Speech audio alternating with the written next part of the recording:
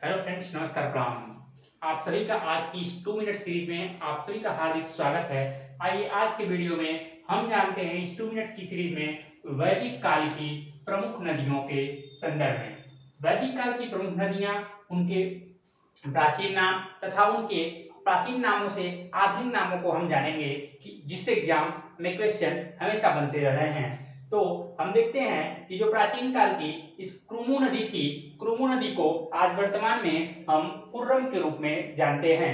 उसी तरह अगर हम कुभा नदी की बात करें तो कुभा नदी को हम वर्तमान में काबुल के रूप में जानते हैं। फिर वितस्ता जो है, वितस्ता को हम झेलम के रूप में जानते हैं कि झेलम जो जम्मू कश्मीर में की एक नदी है। उसी तरह से अस्किनी जो है, अस्किनी को हम चिनाब के रूप में जानते हैं। आगे बढ़ते हुए इसी क्रम में परशुरी जो है, परशुरी नदी जो वैदिक काल की थी, इसे हम रावी के रूप में जानते हैं। आगे हम चर्चा करें अगर शतरुदी के संदर्भ में, तो शतरुदी को आज हम सतलज के रूप में जानते हैं। क्योंकि आप जानते होंगे कि सतलज एक ऐसी नदी है जो वैदिक काल की सबसे पवित्र नदी मानी जाती थी, और इसका यहाँ तक कहा गया है कि ये तो ऋग्वेद में सबसे ज्यादा बार किसी नदी का वर्णन किया गया है तो वह सतलज नदी ही है।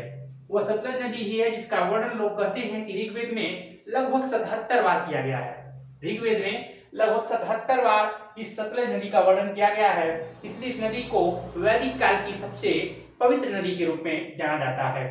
आगे जब हम चर्चा करेंगे विपाशा के संदर्भ में, तो विपाशा को हम व्यास के रूप में जानते हैं। और आगे बढ़ें दृश्यदती के संदर्भ में चर्चा करें तो दृश्यदती को आज हम घग्गर के रूप में जानते हैं। यह एक विशेष संदर्भ याद रखिएगा, दो नदियां हैं, एक है घग्गर और दूसरी घाघरा। दोनों अलग नदियां हैं, दोनों अलग अलग नदियां हैं। ये जो है एक गंगा की घाघरा एक गंगा की सहायक नदी है और घग्गर एक दूसरी नदी है। इसी क्रम में अगर हम आगे चर्चा करें गोमल के संदर्भ में, तो गोमल को हम आधुनिक रूप में गोमती के रूप में जानते हैं, जिसके किनारे लखनऊ शहर बसा हुआ है।